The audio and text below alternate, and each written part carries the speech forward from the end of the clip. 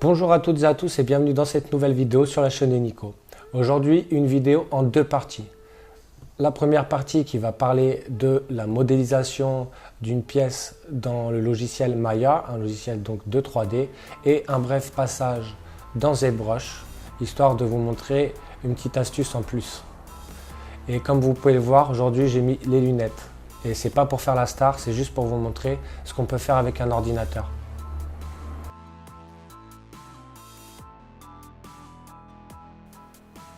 Alors le but, donc on se retrouve dans Maya, là on va voir comment on va fabriquer notre mèche. Le but c'est de faire cette forme-ci. Donc je vais mettre le filaire pour bien voir.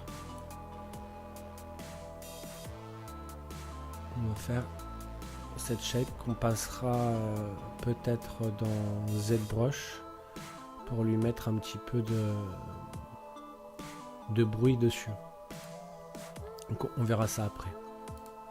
Alors ici j'ai tout un tas de petites icônes que je me suis rajouté. Donc là on se trouve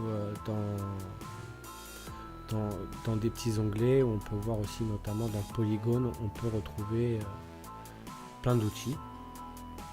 Là je me suis fait ma propre shelf en fait avec les outils que j'utilise le plus.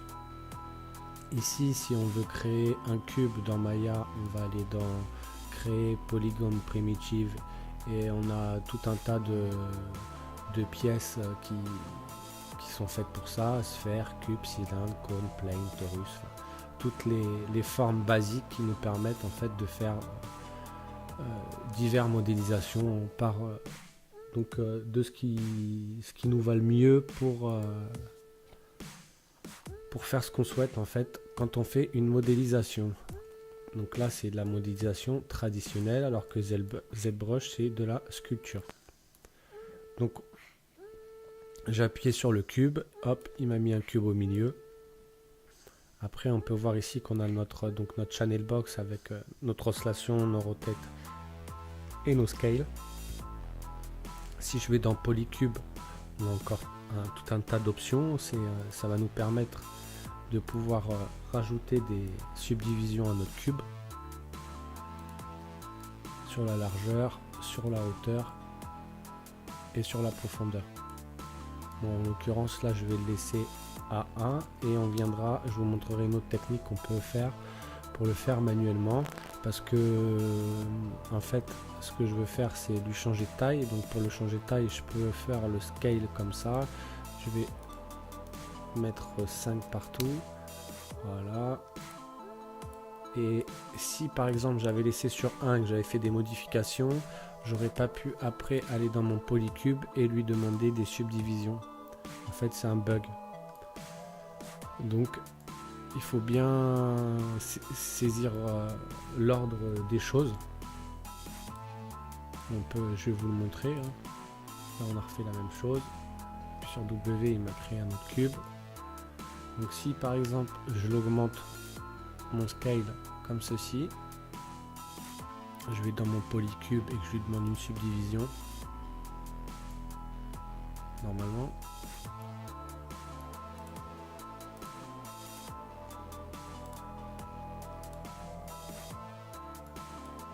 bah là il le fait. Bon bah écoutez, ça marche.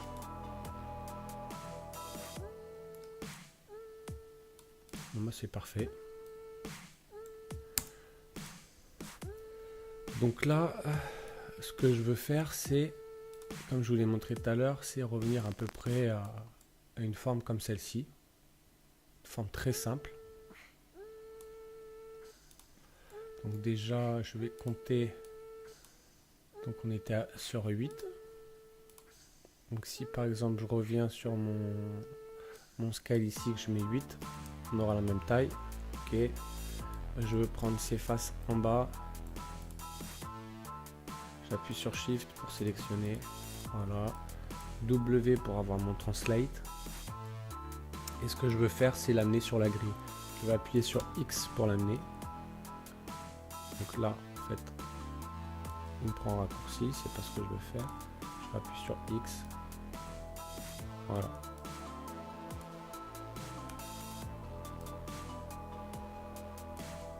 c'est un magnétisme en fait. Bon, ok, j'ai ce que je voulais. Maintenant je vais aller chercher mon insert edge loop. Donc là il est réglé sur 1.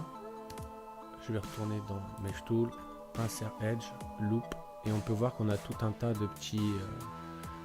en fait c'est les options de notre outil. Donc si je clique dessus, j'ai une autre fenêtre qui s'ouvre. Et ici on a tout un tas de petites choses qui vont nous permettre à faire ce qu'on souhaite. Donc là on veut une multiple edge loop, donc on va le mettre, je vais rester sur 12. Si je peux très bien le resetter, je resélectionne donc multiple edge loop, et là je vais mettre le nombre que je souhaite, aller jusqu'à 50.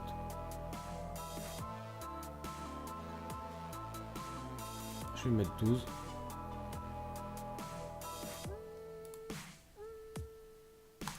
Voilà, ici, avant d'utiliser mon outil, je vais sélectionner toutes les edges là. Donc Shift et je double-clique, ça me sélectionne la loupe entière. Et ce que je vais faire, je vais aller dans, j'ai l'outil là, Delete the Select Poly Component. En fait, il m'efface, donc mes edges, j'aurais très bien pu faire un supprime. Le problème avec le supprime, c'est qu'il m'aurait laissé les points sur cette edge là, sur cette arête. Donc maintenant je retourne dans Edit, dans Mesh, Insert Edge, je sélectionne et je mets mes 12 arêtes. Donc là on a subdivisé notre cube. Ici j'en ai pas l'utilité. Pour l'instant on va laisser comme ça. Et ce que je vais faire, c'est que je vais aller dans Modeling Toolkit et je vais mettre en drag. Comme ça je peux sélectionner tout en laissant mon doigt appuyé sur la souris à gauche. Là je rajoute Shift. Je vais prendre les coins là-bas aussi. Donc ça c'est assez rapide pour faire la sélection que de cliquer à chaque fois. Donc je vérifie, il n'a rien sélectionné d'autre. Je vais faire un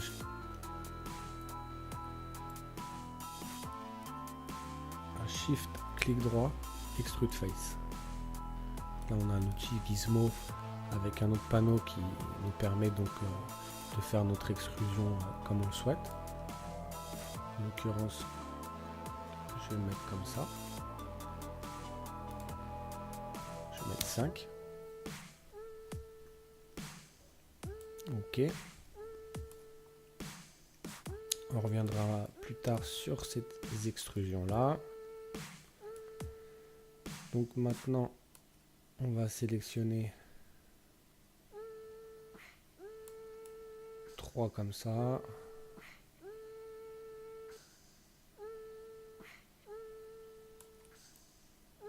Je refais un Shift, clic droit, extrude. La même chose.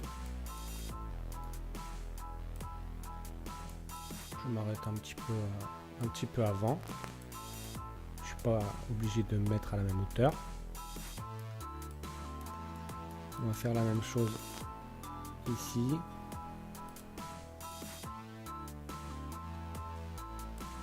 Voilà.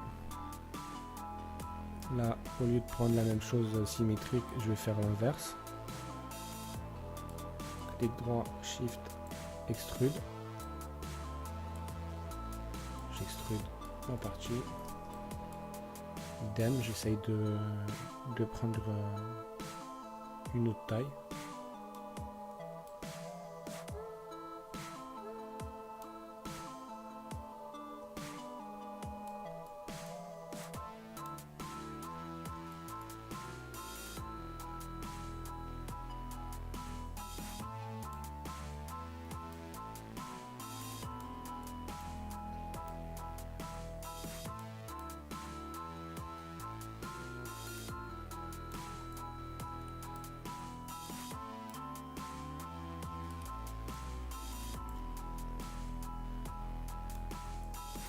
là, on peut voir mon gizmo qui est là-bas, donc il a gardé la sélection de ça de tout à l'heure, donc ça va pas. Je refais un CTRL Z.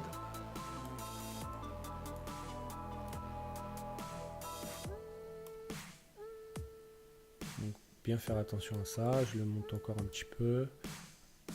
Bim.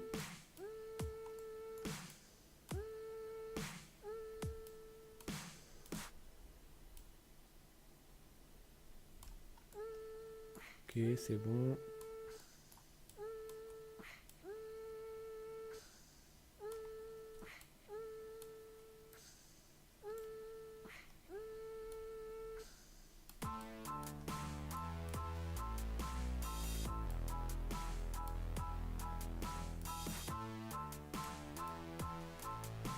Je vais jouer sur l'échelle.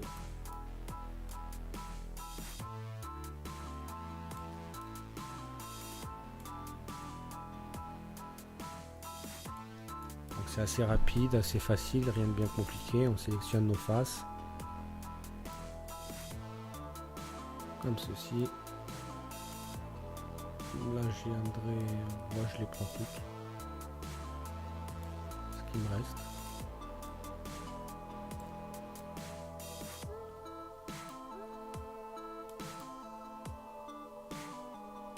En dessous, il n'a rien sélectionné, donc c'est cool. Et là, il nous reste ces parties-là.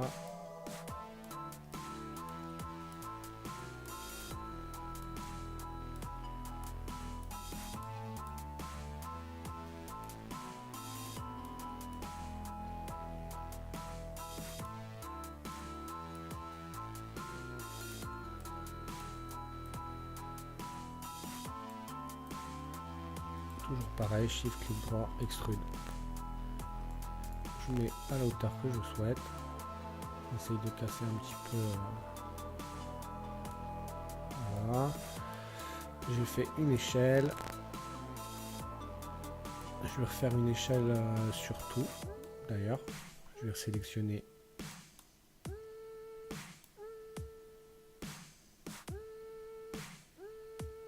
Mais je veux une échelle irrégulière sur chaque. Donc, voilà.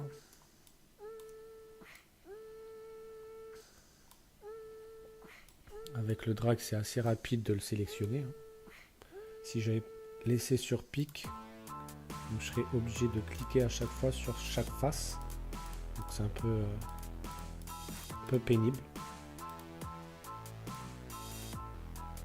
Voilà.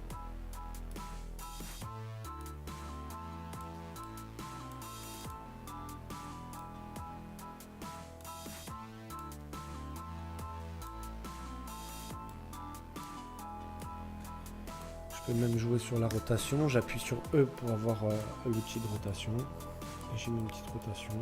Je vais le faire sur ce que j'ai fait là aussi. Ce sera plus sympa que de le laisser à plat.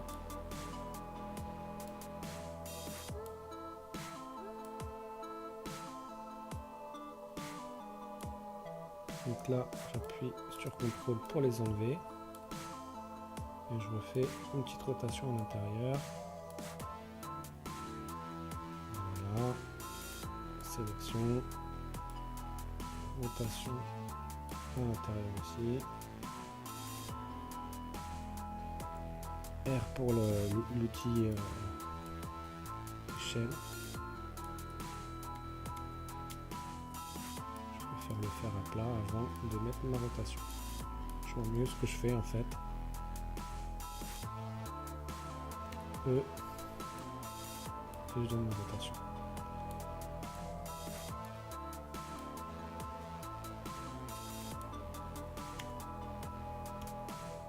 R pour échelle, toujours pareil. C'est assez répétitif. E pour ma rotation.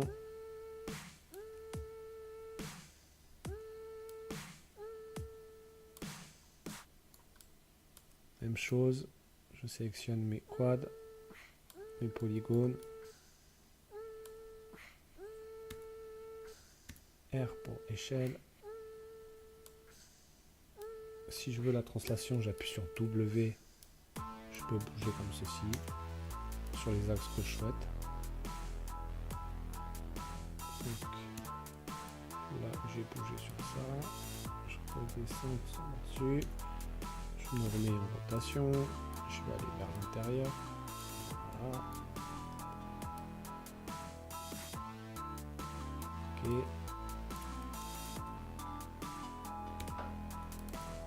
Là. Échelle. E. Comme ceci. Je pense que vous avez compris le processus. Rien de bien compliqué du tout.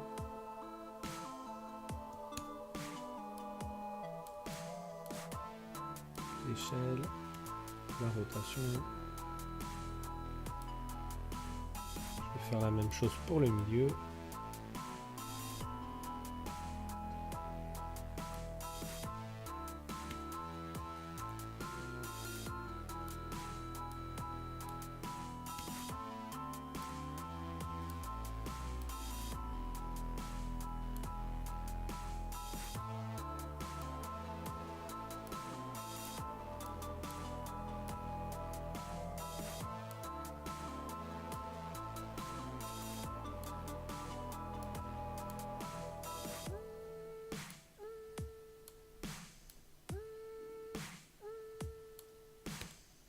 Je vais augmenter sa hauteur.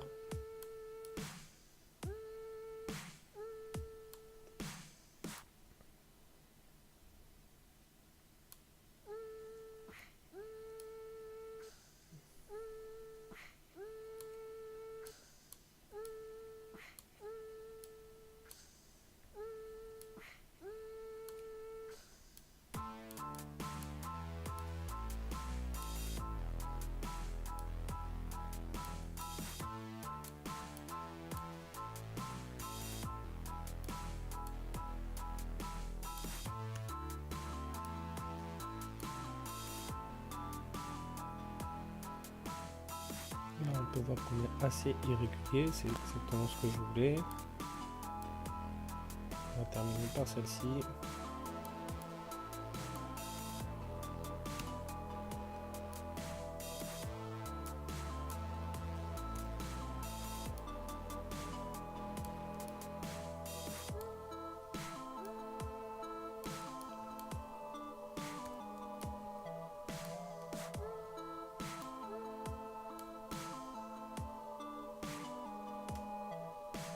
Bon, celle-ci, on va les laisser plates, justement ça cassera un petit peu.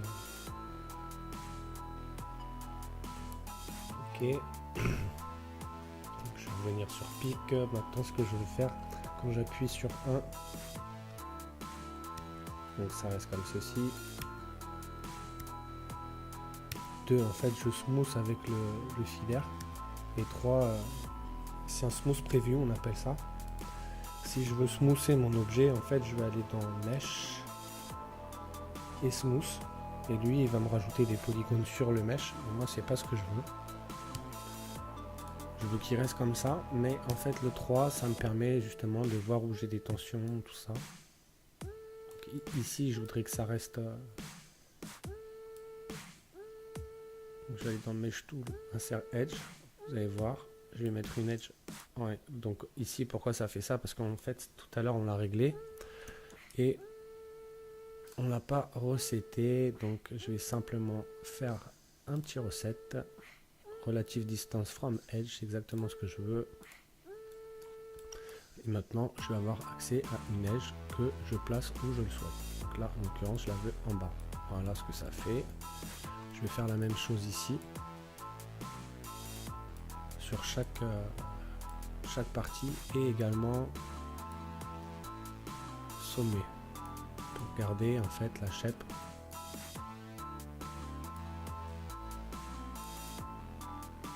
comme elle est à la base là. Voilà, je rajoute une edge à chaque fois.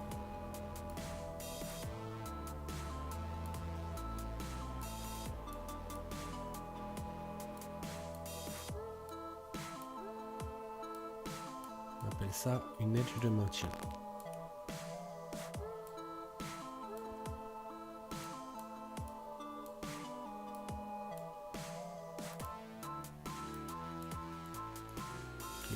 Ok.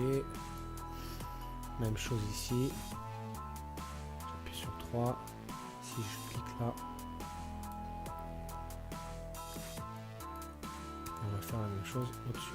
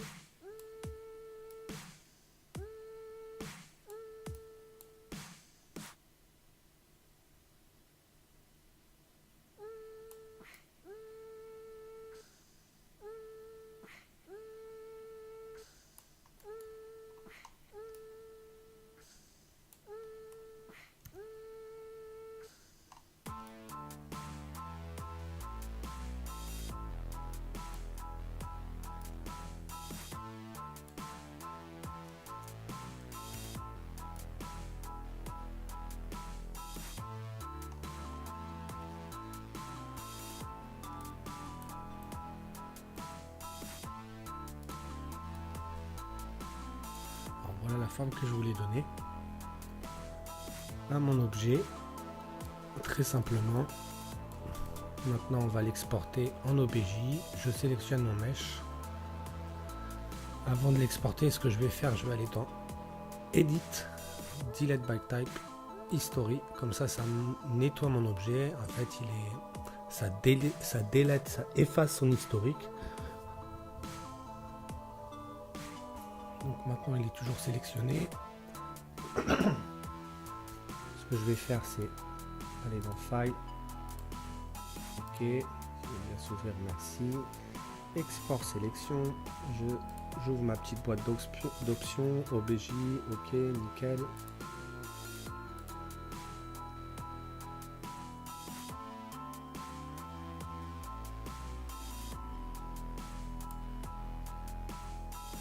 Sur mon bureau, je vais l'appeler mesh underscore moulage. Donc c'est ce qui nous servira.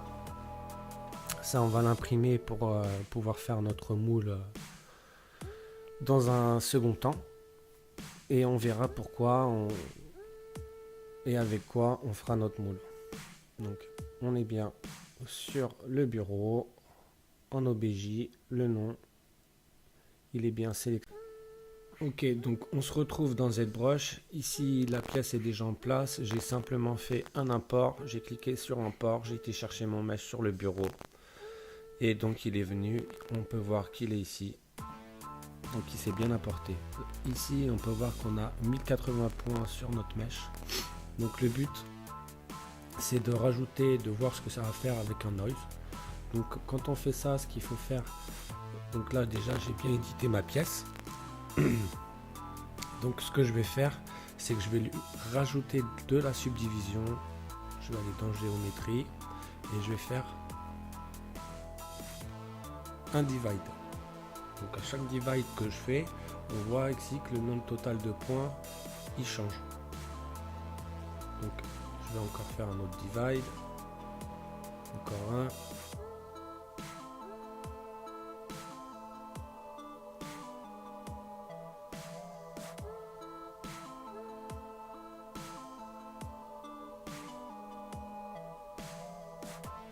On a 275 000, je regarde si ça va.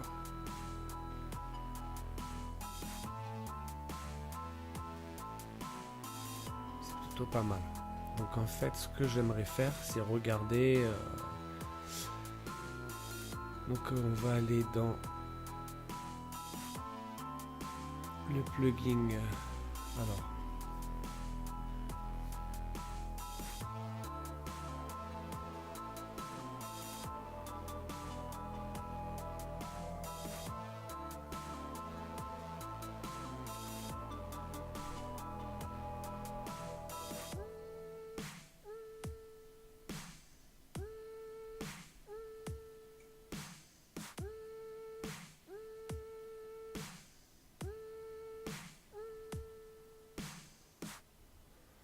Alors je le trouve plus.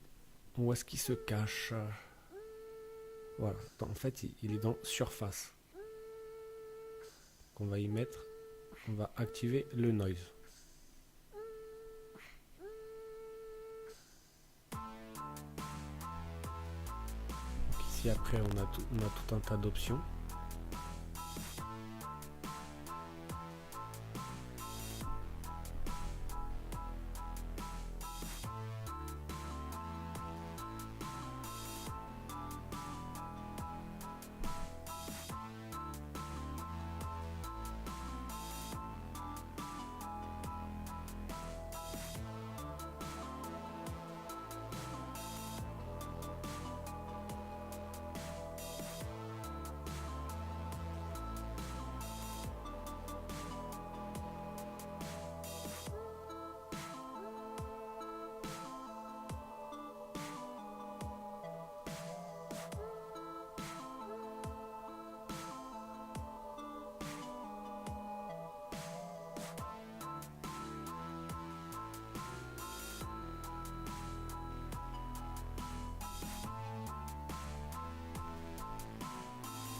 Là, c'est le noise qu'on a appliqué, mais pour l'instant il n'est pas appliqué à notre mèche, donc je peux très bien aussi aller ici.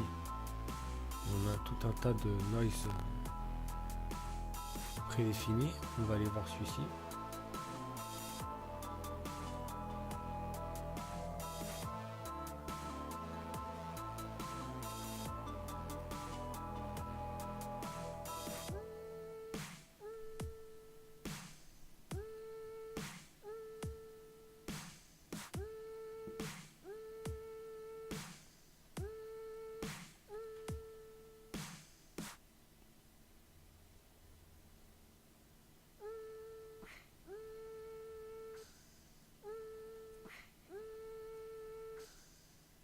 Voilà, c'est plus ça que je cherchais. On peut essayer celui-ci aussi. On peut essayer.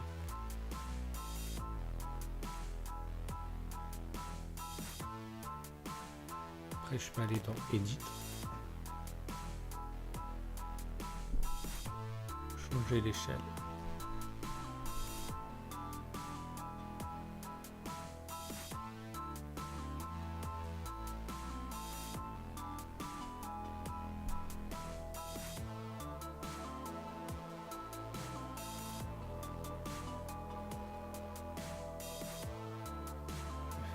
OK. Ici, je vais le cacher. Et on se retrouve avec ça.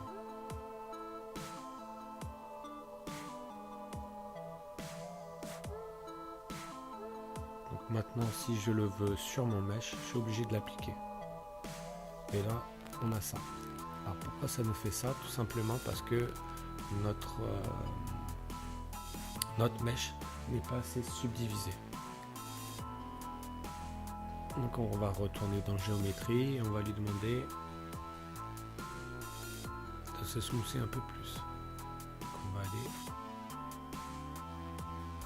voilà.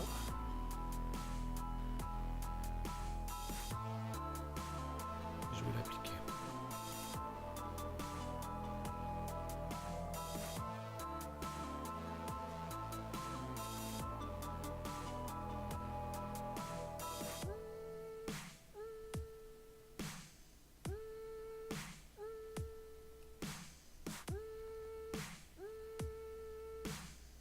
Je vais revenir en arrière. Je trouve que ça fait trop blobeux en fait.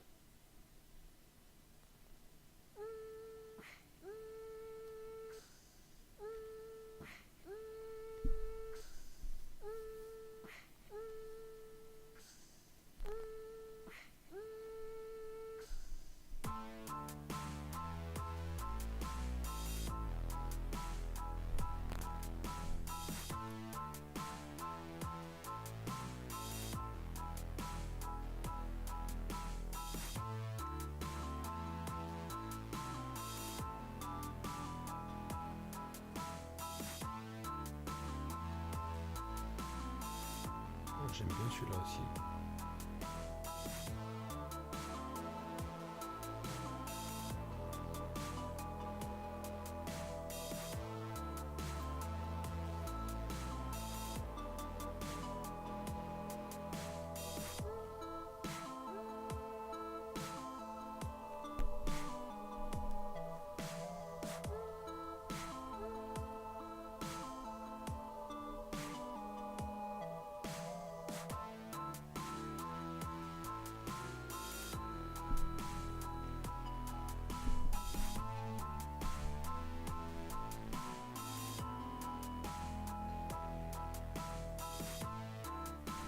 Donc là on va le décimer. On va faire un pré-process current. Il va faire son calcul.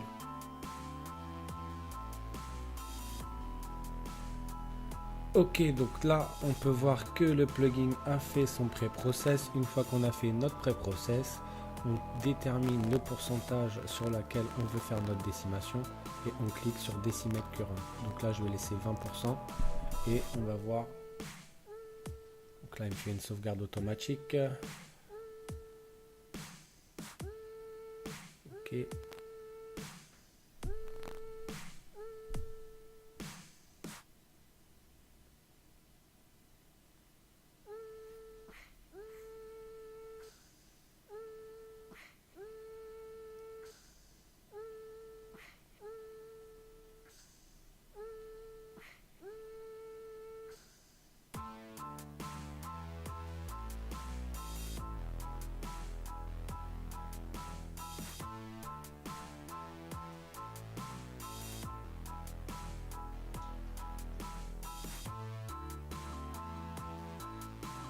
Déjà là on peut voir que ça a été décimé. On est à 3 millions au lieu de 17.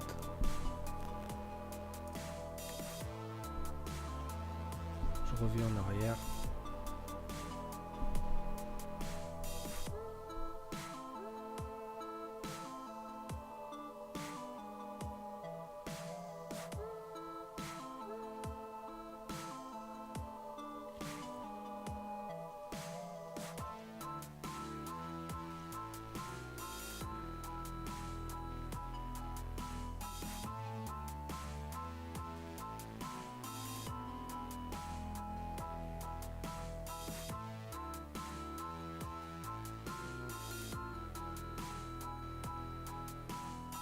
Donc je décime jusqu'à temps que ça me convienne. Pareil, n'hésitez pas à décimer, revenir en arrière, décimer davantage s'ils en avaient besoin. Donc là,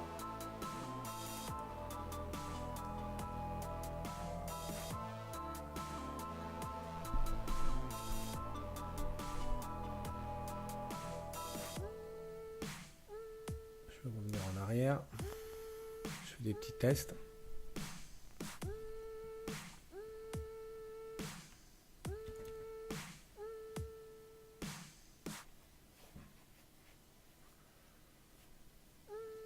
C'est assez rapide pour la décimation, c'est ça qui est bien une fois qu'il a fait son pré-process.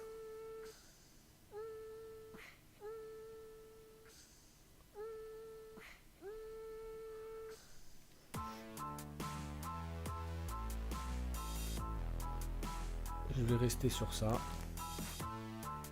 Une fois que vous êtes satisfait avec ce que vous voulez, il ne vous reste plus qu'à faire votre export. Et après à le passer dans Mesh Mixer, dans Netfab ou dans un logiciel comme ça pour vérifier si le fichier est correct, passer à l'impression et je vous retrouverai pour la suite dans une prochaine vidéo et là moi je vais passer à l'impression de cet objet. Je vous dis merci et à la prochaine, ciao ciao.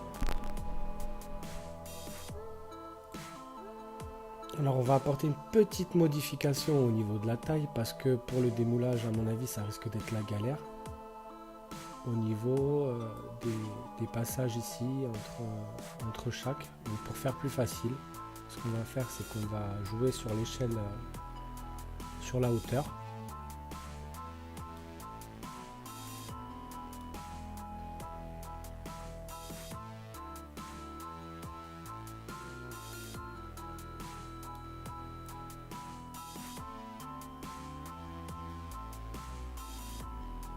Voilà, comme ça ce sera sûrement plus facile à démouler et même à mouler une fois que le moulage en silicone sera effectué.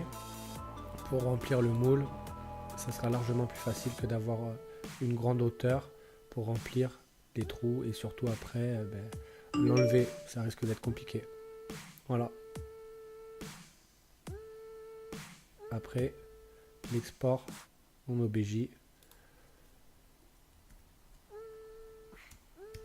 Nous voici donc arrivés à la fin de cette première partie de vidéo. Comme vous pouvez le voir ici, la pièce imprimée qui nous servira pour la seconde partie. Je ne vais pas vous en dire plus pour l'effet de surprise.